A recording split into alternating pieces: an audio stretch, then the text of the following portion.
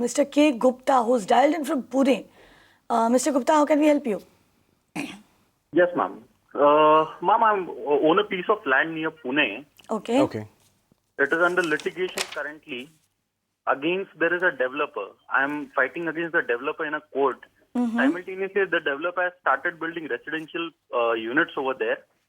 And the banks has given him a pre-approved project status, APF status, by taking an indemnity from the developer. That is, if any of my claim comes into the land, the developer solely will be responsible and the bank won't be responsible.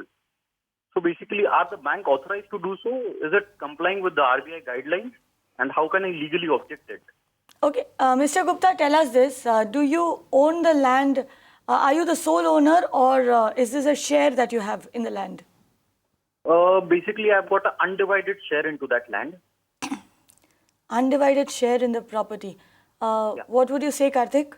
That's exactly what I was thinking, because if you are the sole owner of a piece of land or a property for that matter, it's really very hard to imagine how somebody could actually come and literally trespass your property in that sense. Because I'm sure any one of us would have taken adequate precaution to, guard our land. I mean, there is a situation where, sometimes if your land is close to the airport and you see slums coming in and all those kind of things happen. But a developer actually coming in, developing is like really a different matter. Now, a developer can't really these days start developing till the time he's got a lot of approvals from the municipal authorities. The banks is actually, pretty much down the line, second, third priority. But the most important thing is the developer, before he even gets the permissions, approvals to start work, to do excavation, to start, digging into the land and starting to erect the building, he has to get a lot of permissions and clearances for a whole variety of departments.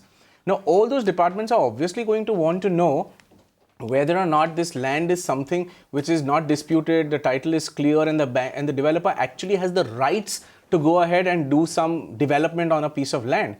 That's very important, without which nobody would allow. If there is a dispute litigation, let's take a similar example of that of a redevelopment where 30% people may not agree, but that does not stop the redevelopment from happening. So in a similar sense, the majority of the owners of the land or co-owners with you may be in agreement with this. You may have certain opinions which obviously are sacrosanct to you, which is absolutely fine, and you can have the litigation, but the development is happening, and if there is something that's going to happen, obviously the developer will have to compensate or do a settlement with you of whichever nature that the litigation comes out with. But now, talking about the bank is only going to approve what the developer has got already approved from the various authorities, local bodies and authorities. So based on that, he is approving the project that this developer is doing, and he has also done a thorough technical check on the sanctity of the papers and obviously the fact that all the properties that are going to be sold on that property are going to be, absolutely clear and marketable in terms of their titles. Right. Hope that answers your question there. You can watch live TV on our website mpnow.in. Find us on Facebook at facebook.com/magicbricksnow. And don't forget to click the like button.